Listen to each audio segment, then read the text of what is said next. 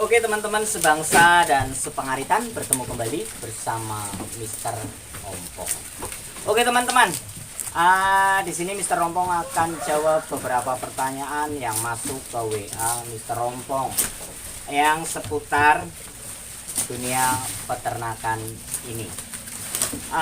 Namun sebelumnya, salam sehat, salam kompak, sukses selalu untuk teman-teman semuanya. Oke teman-teman, seputar beternak. Teman-teman menanyakan, Kang, aku bingung. Karena dari berbagai sumber mengatakan sumber A, beternak itu rugi. Sumber B mengatakan beternak itu sangat menguntungkan. Sumber C mengatakan makanan ini berbahaya, makanan itu berbahaya. Sumber yang lain juga mengatakan makanan ini bagus, makanan ini super. Dan membuat teman-teman pemula dan teman-teman yang akan terjun ke dunia peternakan menjadi bingung dan pening. Sebelumnya seperti Mr. Rompong katakan, alangkah baiknya sebelum Anda memulai beternak, di samping Anda belajar secara teori, Anda juga perlu belajar secara langsung ke kandang. Itu yang seperti pernah diungkapkan Mr. Rompong. Belajarlah secara teori dan bermainlah ke tempat teman-teman kita yang sudah melakukan praktek langsung atau sudah beternak. Itu satu. Yang kedua, Mr. Rompong juga katakan, awali segala sesuatu dengan doa, karena doa itu wajib hukumnya. Yang selanjutnya, cintai pekerjaan maupun usaha yang akan kita geluti. Karena apa, teman-teman? Di mana kita berada, di mana kita berusaha, dimanapun kita bekerja, disitulah semestinya hati kita berada. Karena segala sesuatu yang tidak dijalankan dengan hati, pasti Anda akan jenuh, Anda akan merasa boring, dan di saat mengalami kerikil-kerikil tajam, mengalami batu sandungan, mengalami masalah, Anda akan merasa kecewa. Karena apa? Karena semua tidak didasari dengan cinta. Maka sebelumnya, kuatkan tekad dan rencana teman-teman. Pilih salah satu titik di mana hati, jiwa, dan cinta Anda berada. Makanan, seperti yang sering Mr. Rompong katakan, apapun jenis makanan itu baik. Dan menurut Mr. Rompong tidak ada makanan terbaik. Seperti kata dokter kesehatan, 4 sehat, 5 sempurna. Tidak ada makanan yang super bagus. Semua akan menjadi bagus, semua akan menjadi sempurna karena komplit. Tidak ada makanan berbahaya selama kita punya trik-trik tersendiri untuk memprosesnya atau membuat makanan itu menjadi bagus. Sebagai sebuah contoh, gadung teman-teman. Teman-teman semua tahu gadung? Gadung itu makanan beracun dan berbahaya. Namun kenapa setelah dibikin kerupuk gadung lezat dan nikmat dan tidak akan berbahaya buat kita? Itu sebagai salah satu sampel. Terus masalah beternak teman-teman. Apapun jenis usaha kita, kerikil-kerikil tajam, batu sandungan, angin topan, puting beliung pasti akan datang. Karena apa? Tidak ada usaha yang mulus. Tidak ada langkah yang tidak melalui batu sandungan. Terus sejauh mana kita mesti melangkah? Kalau teman-teman mempunyai niat dan tekad untuk beternak, lakukan face to face. Sedikit demi sedikit. Jangan terburu-buru, karena kadang-kadang kita langsung berplanning. Wah, aku mau pelihara 20 ekor indukan, 30 ekor indukan, 50 ekor indukan, sementara teman-teman belum menguasai ilmunya. Itulah yang berbahaya. Itulah yang menyebabkan kita bangkrut. Karena apa? Setiap makhluk hidup dia mempunyai karakter sendiri-sendiri. Bukan ternak yang menyesuaikan ke kita, tapi kita yang bisa menyesuaikan dan beradaptasi dengan mereka. Kalau kita kerasi, mereka akan keras. Namun kalau kita hadapi mereka dengan kasih sayang, dengan cinta, mereka pun tahu. Seperti kadang-kadang teman-teman katakan, waduh aku sebenarnya demen atau suka pelihara domba, namun katanya domba itu tidak suka rambanan. Kata siapa? Teman-teman bisa lihat domba-domba Mr. Rompong mau makan rambanan. Jadi menurut Mr. Rompong, carilah sumber yang bisa dipercaya. Carilah sumber yang benar-benar bisa membuat teman belajar secara sungguh-sungguh. Tidak hanya sumber yang memamerkan sebuah keberhasilan, tapi carilah sumber tempat kita belajar, di mana di situ dikatakan dan diceritakan semuanya, dipelajari semuanya dari nol, dari kegagalan demi kegagalan. Karena tidak ada sebuah kesuksesan tanpa sebuah kegagalan. Orang bijak mengatakan kegagalan adalah awal dari sebuah kesuksesan.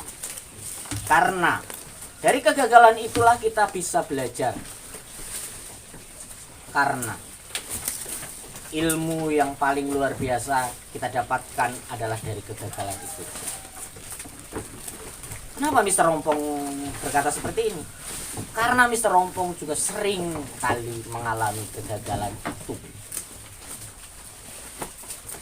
Jadi teman-teman, jadi fokuskan niat dan rencana teman-teman sebelum Anda beternak. Seperti teman-teman katakan, Kang, aku pengen beternak itu tapi yang nggak ngarit, yang nggak capek. Duh, ya nggak bisa bro. Karena apa? Apapun jenis usahanya, capek itu pasti. Mumet and pening itu jelas. Karena apa? Di sini kita belajar menjadi seorang pengusaha. Di sini kita belajar menjadi seorang karyawan yang baik. Terkadang teman-teman gini, baru memulai usaha pelihara 20-30 ekor, sudah cari anak kandang, kita udah males. Kenapa? Kita sudah males cari rumput sendiri, kita sudah nggak mau pegang-pegang kohe, katanya kotor ini itu. Bagaimana kita mau berhasil? Terus katanya kita capek, harus kerja siang malam. Teman-teman sadari nggak? Di saat kita kerja, di saat kita menjadi karyawan, lemburan yang kita cari. Kalau cuma jam kerja nggak ada lemburan, rugi dong.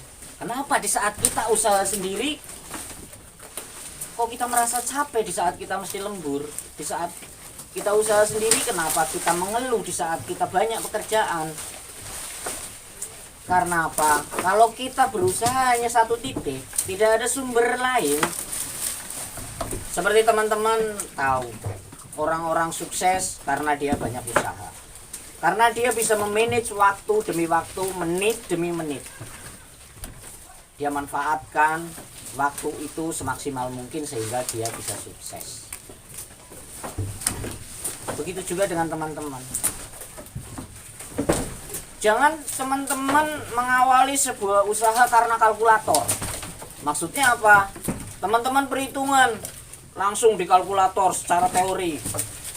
Keuntungan kambing 1 ekor sekian ratus ribu kali sekian bulan kali sekian ekor, terus ketemulah keuntungan sekian puluh juta. Enggak semudah itu teman-teman. Hasil akan mengiringi kerja dan usaha kita. Uang tidak di depan teman, tapi uang di belakang. Usaha kita akan memberi kita hasil karena dilihat dari kerja dan usaha kita. Begitu juga dengan pemilihan ataupun mencari anak kandang. Di saat kita mencari anak kandang, carilah anak kandang yang benar-benar sudah profesional. Karena apa? Keuntungan beternak itu tidak besar, teman-teman. Untuk kambing aja. Untuk kambing kalau teman-teman kalkulasikan per ekor per bulan hanya rata-rata 100.000, teman-teman. Belum beri potong kos makanan kalau teman-teman beli makanan. Seperti konsentrat, ampas tahu, singkong. Kalau teman-teman larikan ke kos makanan, dari mana kita untung? Begitu juga kalau teman-teman pelihara 20 atau 30 ekor. Teman-teman cari anak kandang, bayar anak kandang udah berapa?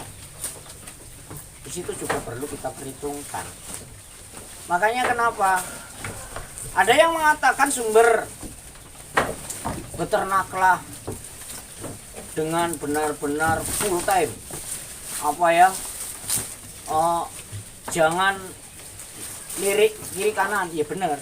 Tapi bukan berarti kita hanya beternak tok, nggak ada usaha lain, nggak ada sampingan lain. Seperti itu, teman-teman. Jadi Mr. Rombong katakan usaha ini adalah sebagai tabungan. Makanya sebelumnya Mr. Rombong katakan sebelum kita beternak, awal mula kita beternak kita harus siapkan bank pakan. Kita tanam rumput-rumputan, kita tanam rambanan. Supaya apa? Supaya kita bisa membagi waktu. Berapa jam kita mencari makanan ternak, berapa jam kita kerja. Di situ kita benar-benar planning. Jangan kita mengawali usaha, oh nanti makanan aku beli sekian. Disitulah yang membuat teman-teman tumbang. Terus teman-teman hanya memikirkan ternak, teman-teman tidak cari usaha lain. Itu yang membuat tumbang. Karena apa? Kebutuhan hidup kita itu besar. Kalau kita tidak planning, benar-benar kehancuran pasti di depan mata. Tapi dengan kita mempunyai bank pakan, kita akan tenang. Seperti Mr. Ompong. Mr. Ompong ini kasih makan minimal itu 30 ekor. Kadang-kadang sampai 50-60 ekor. Itu single, teman-teman.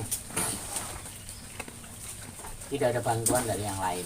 Tapi ada ding bantuan doa dari istri dan anak. Itu pasti. Namun kenapa bisa? Untuk cari makan ini Mr. Ompong hanya butuhkan waktu 2-3 jam. Terus teman-teman jangan katakan berapa karung dibutuhkan. Karena apa? Yang mereka butuhkan itu kalkulasinya kilo, teman-teman. Bukan berapa karungnya. Karena apa? Beda karung, beda yang ngarit, sudah beda beratnya, beda bebannya. Jadi kita harus kalkulasi juga makanan mereka. Berapa yang mereka butuhkan per ekor per hari, berapa kilo kira-kira. Jadi total berapa kintal kita butuhkan makanan untuk konsumsi mereka setiap hari. Karena salah kita, teman-teman, bukan salah mereka. Maksudnya apa? Dan mereka kita kurung, mereka nggak bisa cari makan sendiri. Jadi kita harus bertanggung jawab memberi mereka makan. Perhitungannya yaitu kalau Mr. Rompong memberi makan itu rata-rata 5% dari berat tubuh mereka. 5% dari berat tubuh mereka ya bisa kita perkirakan lah. Bukan berarti kita harus timbang mereka satu persatu, enggak. Jadi Mr. Rompong butuhkan per hari rata-rata 150 sampai 2 kintal berat makanan mereka. Tapi Mr. Rompong bisa cari antara 2 sampai 3 jam. Nah, selebihnya dari itu kita bisa gunakan untuk mencari rezeki yang lain. Tapi yang berkesinambungan, maka di channel Mr. Rompong ini teman-teman lihat seputar dunia peternakan dan pertanian. Kenapa seperti itu? Mr. Rompong sering katakan, di dalam kehidupan ini jangan putus rantai kehidupan. Karena apa? Dari mata rantai kehidupan inilah kita bisa memanfaatkan peluang demi peluang. Karena apa? Usaha kita harus saling berkesinambungan. Supaya apa? Kita juga tidak berat.